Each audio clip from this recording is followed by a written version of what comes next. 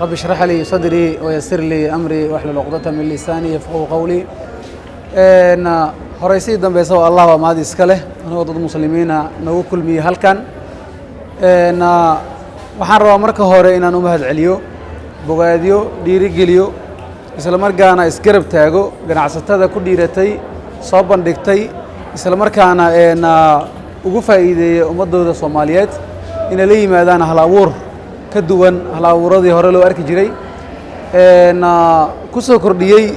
wadanka yaani ganacsi qiimo badan gaar ahaan caasimadda Muqdisho gaar ahaan degmada Waabari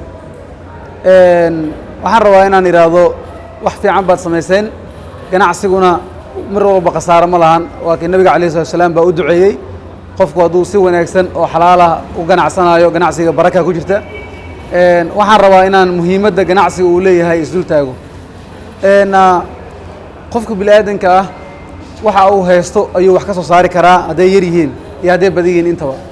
ganacsigana waxa uu kamid yahay waxyaabaha inta badan dadku ay ku bulaalaan isla markaana ay horumar ku sameeyaan waxa aad maanta ku shaqeysatana biritoola wax ka badan ayaa ka soo bixi kara qof waxaad arkaysaa miis yar ku bilaabay laamiga hareerihiisa wax ku gata isla markaana sanad kadib aad arkayso inuu qofkii kireysanayo qolol ama howlal waaweyn isla markaana ganacsigiisii u bulaalay waxaan leeyahay waa mahadsantihiin qaas ahaan degmo ahaan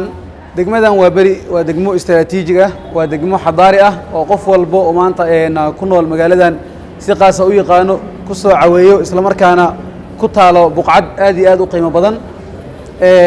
wadadan oo wadooyinka ugu mashquulka badan mas'uuliyiinta iyo shacabka oo isku si ay u isticmaalaan qaybta uu kaga yaalo ganacsigan degmada iyo wadadan Maka al-Mukarrama waa qayb aad u muhiim ah dadkuna socodkooda aad u sahli karo qof walbana uu soo gaari karo marka aan kormeer ku sameynay ganacsiyada iyo magaranaysa dukaamada halkaan hoolkan isugu jira moolka halkaan caawa ku daahfureeno runaantii waa ganacsiyo soo jiidasho badan gabigooda waa dhalinyaro ka wada muuqanaysa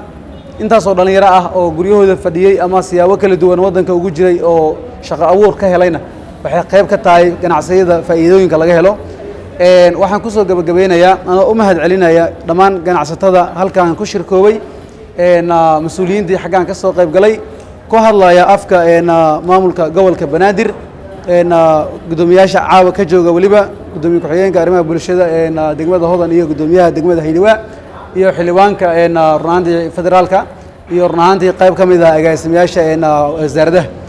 waxaan aad iyo aad ugu faraxsanahay mar kale inaan waqti badan ku bixiyo soo xaadiritaanka kulamada caynkan oo kala ah ayaga muhiim ah ayaga mudan in la dhiirigeliyo ganacsatadana garab baan u nahay degmada Waabarina ganacsi walba ku yaala macno gooniya inuu sameyn doona il gooniya oo ku hayn doona haduu Ilaahay raali ka noqdana waxay ka mid noqon doonaa ganacsiyada noo tirsan isla markaana horumarka degmadana qayb weyn ka qaadan doona aad baa u mahadsantiin